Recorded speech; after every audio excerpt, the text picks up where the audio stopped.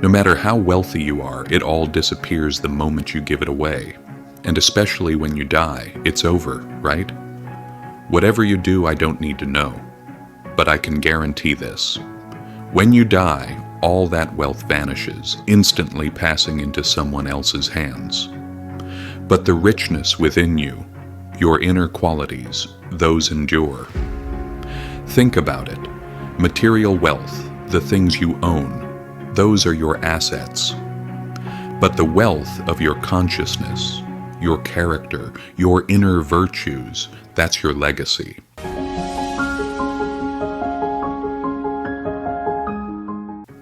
Today we're going to share a few thoughts on the topic of wealth. I remember this theme came up a long time ago. There was this one time I sort of sneaked into a seminar. Back then, I had just graduated, maybe only 1 or 2 years into my first job. And that day I slipped into this workshop. The person leading that seminar was none other than Master Hoang Xuan Viet. If you look him up online, you'll find that he was a renowned scholar. At that time, he was already around 80 years old. This was nearly 30 years ago. That day, he invited 2 special guests, a Catholic priest and a Buddhist monk. So there were 3 of them together. Master Hoang Xuan Viet, the priest, and the monk. There were about 20 of us students sitting below, and whenever we had questions, we'd just ask. So basically, those 3 speakers, they were there to answer whatever we brought up. And then came this really powerful question. One of us asked the masters, "Dear teachers, what does it truly mean to be wealthy?" Actually, this question, asked nearly 30 years ago when we had just graduated and were still full of uncertainties, was the same question many people still wonder about today. There was this young monk. His name escapes me now, but he was probably around 30 years old, very young, and he gave an answer that I've never forgotten, even to this day. The monk replied, "You might have 3 million in your pocket, but if by the end of the month it's all gone, or worse, you're in debt, that's still being poor." True poverty isn't about how much you have, it's about how much you lack when you need it. Now me, I might only have 50,000, but if I reach the end of the month and I still have money left, still feel content, that's real wealth. His definition of wealth and poverty was completely different from what we're used to. While most of us think a rich person is someone with a lot of money, he saw it differently. To him, a rich person is someone who has money in their pocket, and no matter how they spend, it never seems to run out. A poor person, they've got money too. It's not that they don't, but every time they spend, it's gone. Sometimes they even end up in debt. It was such a simple yet profound definition. Later on, as I grew older and started working, just like so many others, I stepped into the hustle of making a living. Fresh out of school, I ventured into startups, got into trading, manufacturing, and various service industries. And after a few years, I was considered more or less a successful entrepreneur, someone who had made it, at least to a certain extent. Then after about 15 years of running the business, a period where the company had grown quite steadily, I found myself attending a meditation retreat in Myanmar. Later, I joined another retreat at Hong Trung Son, led by a Buddhist nun whose name is Hang Lien. And from there, I went on to experience a series of meditation retreats that followed. It all started within a single year. Almost like a wave of spiritual teachers began to enter my life. At first, it was just one retreat, just one. But then, one by one, some of the great meditation masters began arriving at Phuoc San Monastery in Dong Nai. On average, every 2 or 3 months, a new teacher would come. So in a single year, I'd sometimes meet 3, even 4 different masters. Each time they came, I'd join a retreat, sometimes just 3 days, sometimes 10. There were even teachers who guided an entire month-long retreat, 30 full days. Of course, with work commitments, I could only stay for about 5 or 10 days. But that was enough. That was perfectly fine. After about 2 years of seeking out teachers and diving into the spiritual path, so much within me began to unfold. My perspective deepened in ways I never expected. It was no longer the surface-level understanding I once had. Even though, back then, I was already someone immersed in business, someone who had studied and read about Eastern philosophy, it still didn't compare to what I was beginning to see now. I had read so many books on Eastern philosophy, but here's the thing, no matter how much you read, have you ever wondered why you still get angry? The moment something happens, you react. You get upset, your pride flares up. And those feelings, they don't just disappear. In fact, over time, they grow even bigger, don't they? It builds up inside little by little until one day it explodes into something much bigger, a deeper, more intense anger.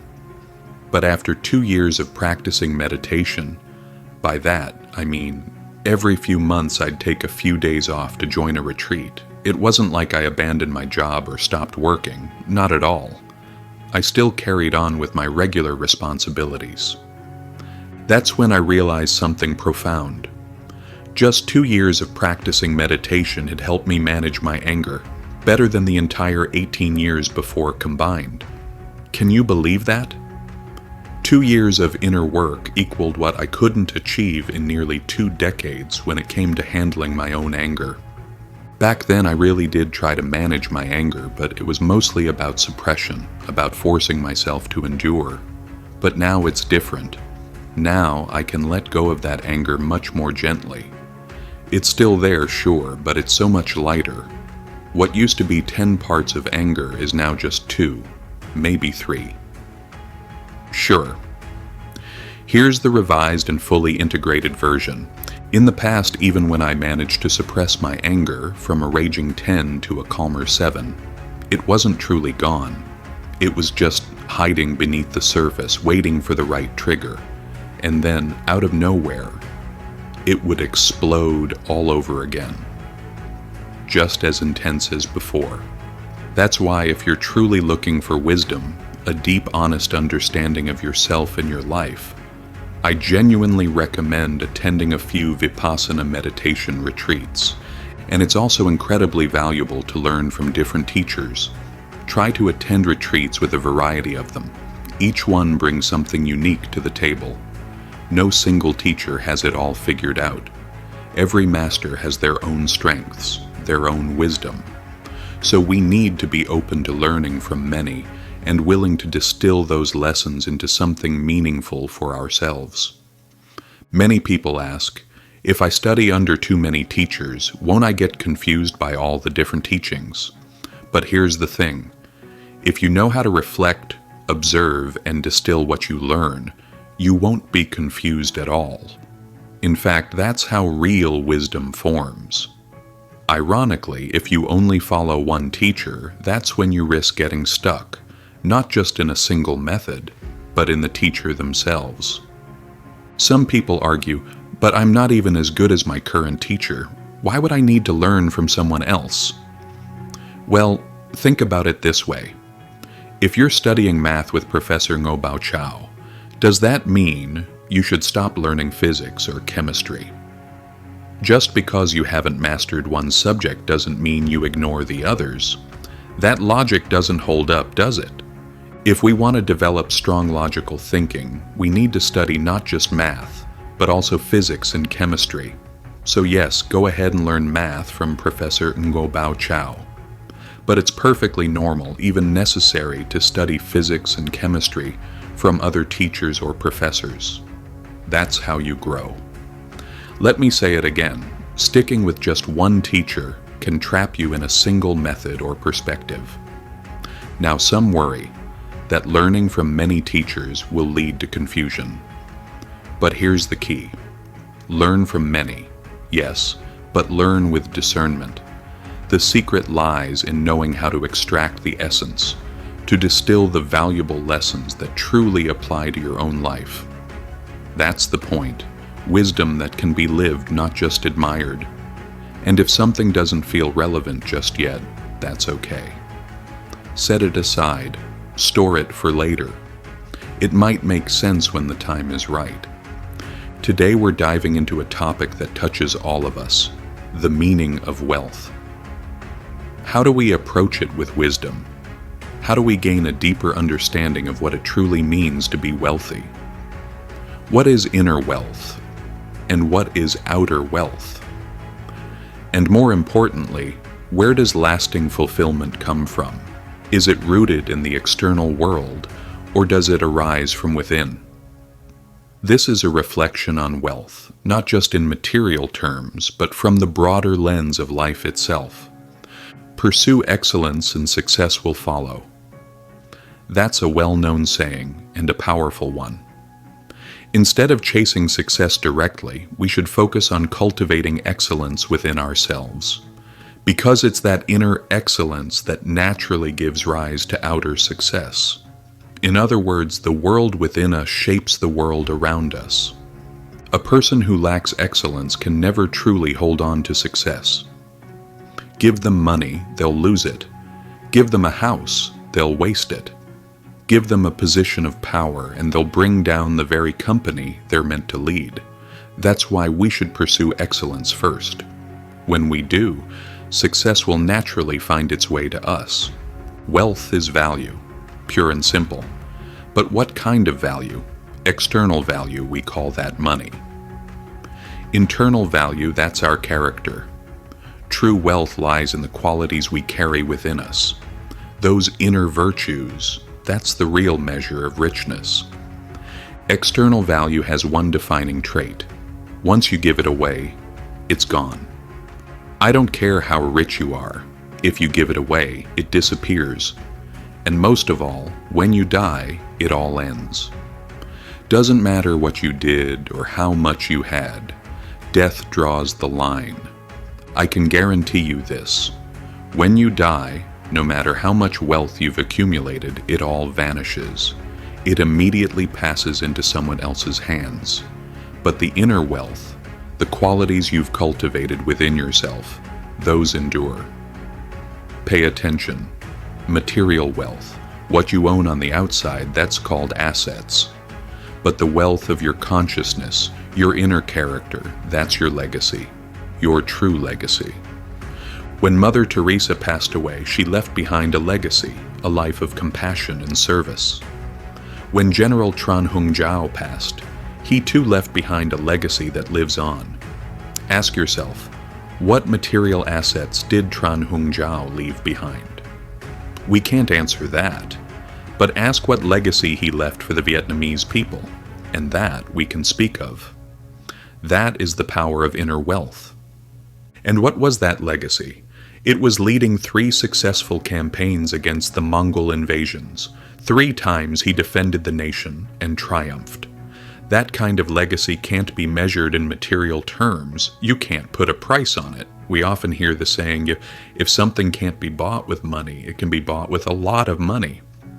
So now, try putting a price on those 3 victorious campaigns against the Mongols. Go ahead, turn that into money. Can you? Of course not.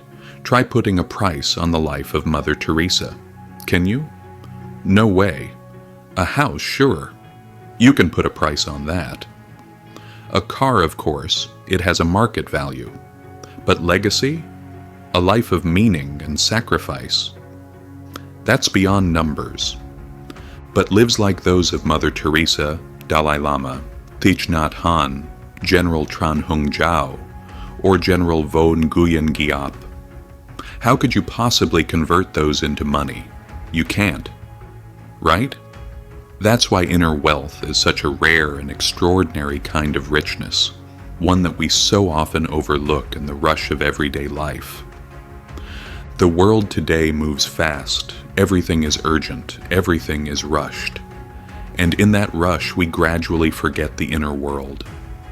We lose sight of a kind of wealth that's deeply precious, the richness within. So here's the first key takeaway. True wealth is value, external value, we call financial wealth. But internal value, that's character, that's excellence. It's the presence of noble, refined qualities within us. There are two formulas for success. The first one is this: 25% IQ and 75% EQ. In other words, logical thinking accounts for just a quarter, while emotional intelligence makes up the other 3/4. That's one powerful formula. Later on, the Jewish community introduced a more refined formula for success. According to them, it's 20% logical intelligence, 40% emotional intelligence, and 40% adversity quotient. The ability to overcome hardship. In other words, emotional intelligence and resilience together make up 80% of what drives real success. It's not just about how smart you are, but how well you handle emotions and bounce back from challenges.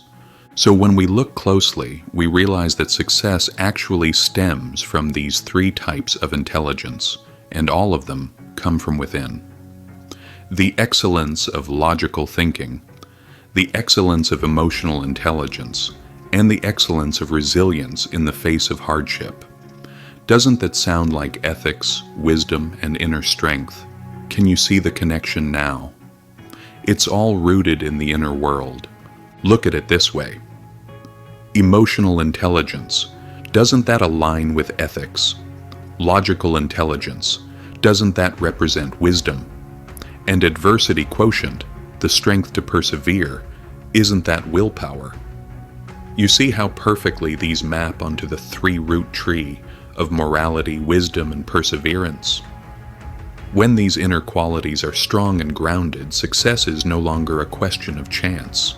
It becomes a certainty. Absolutely.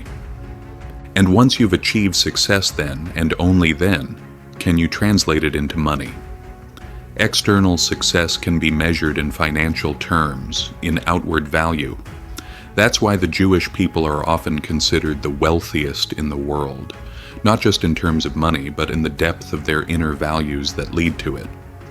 Many of the world's great billionaires are all Jewish. They have a saying that's quite famous. Everyone complains about not having enough money, but no one complains about not having enough wisdom. So now, for all of you here, hundreds of you, be honest and drop it in the comments. Are you short on money or are you short on wisdom? Go ahead, type it in. Alright, let's make it simple. If you're short on money, type 1. If you're short on wisdom, type 0. And if you feel like you're lacking both, go ahead and type 10. Easy enough, right? Let's see where we all stand. Remember, 1 for money, 0 for wisdom, 10 for both. Maybe it's not just a matter of typing 10. Some of us might as well type 1,000 or even 1,000,000. Because if money is just one missing piece, wisdom might be the 100 pieces we're truly lacking. It's like trying to build a house and only realizing you're short one brick, when in fact you're missing the entire foundation. That's the point. Money is just the result. It's wisdom that builds everything leading up to it. So how do the Jewish people invest in inner wealth? Let's take a closer look. For them, reading isn't just a habit. It's a virtue, a moral quality that every person should cultivate. Isn't that powerful? To them, feeding the mind is just as important as feeding the body. Let's read that again. This one's worth writing down. For the Jewish people, reading books isn't just a habit. Reading is a noble moral quality, an essential virtue every person should have. Go ahead and comment it below. Reading is a moral virtue we must cultivate. This one's worth remembering. You've probably seen it, Jewish kids, even at middle school age, reading these massive books. Just look at the image up front. Those students holding books thick as bricks, each one heavy with knowledge. You see that? They start young and they go deep. Israel, a nation of just 8 million people, has over 1,000 public libraries filled with rare and valuable books. Meanwhile, Vietnam, a country of 100 million, boasts over 1 million bars, each serving up its own special drinking menu. See the contrast? If you count all the bars and coffee shops in Vietnam, the number would probably be overwhelming. In contrast, in Jewish culture, nearly every family has a bookshelf, a true inheritance passed down through generations. So ask yourself, what are we leaving for our children? We work so hard to give them a house, to pass on some kind of material wealth. But somewhere along the way, we forget the importance of leaving them a bookshelf, a legacy of knowledge, of values. And that bookshelf, it's meant to carry the wisdom of generations. Do you see the difference now? We need to pay close attention to these contrasts. In Israel, young people have one of the highest rates of reading in the world. Meanwhile, in Vietnam, young people are among the top when it comes to going out for drinks, whether it's beer, milk tea, or coffee. The numbers speak for themselves. One culture leans toward knowledge, the other toward consumption. Let that sink in. For the Jewish people, reading isn't just about theory, it's about applying knowledge to real life. Isn't that powerful? They read to live better, not just to know more. This mindset is perfectly captured in their proverb. Don't be the donkey carrying a load of books on its back.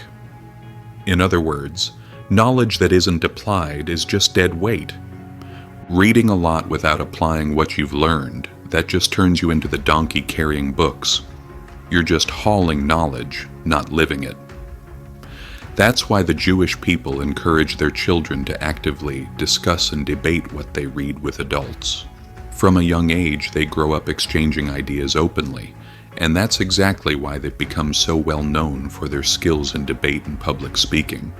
Fascinating, isn't it? Because they grow up exchanging ideas from such a young age. The Jewish people have become famous for their gift of eloquence and debate. Now let me ask, how many of you here would actually be interested in learning the art of public speaking? What if BKE opened a 4-month course? 2 evenings a week on Zoom where we dive deep into rhetoric, argumentation, clear reasoning, and confident, structured presentation. Would you be up for it? If you're genuinely interested, we can definitely design a course on the art of public speaking. It's not as hard as it sounds. It's really about diving into timeless, essential books, wisdom literature, and then practicing how to express those ideas clearly and powerfully.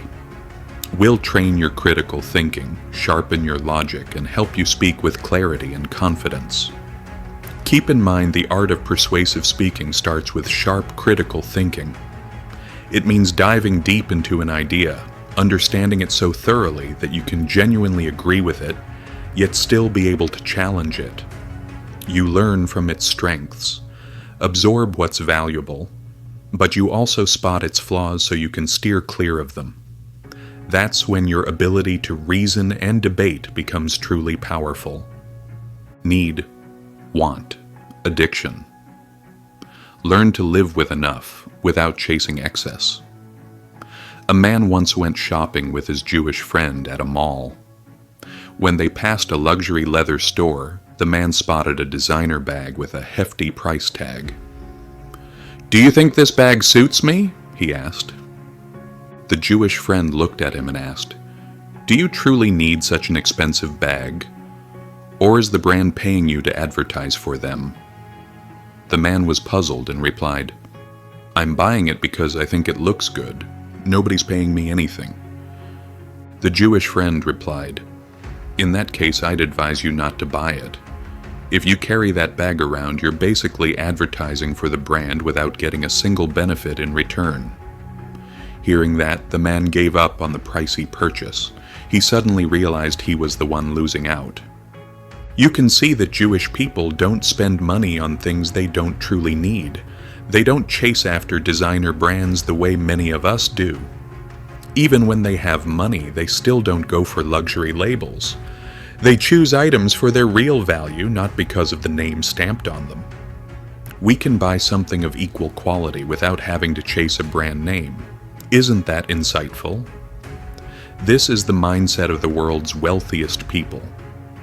Meanwhile, many of us, just beginning to taste a bit of success, rush to flash designer labels showing off $5,000 or even $10,000 handbags. But it's not a sign of wealth. It's a sign of poverty and knowledge. We may have money, but we're poor in understanding. It's a poor mind that gets easily swayed. But a rich, discerning mind, no one can fool that.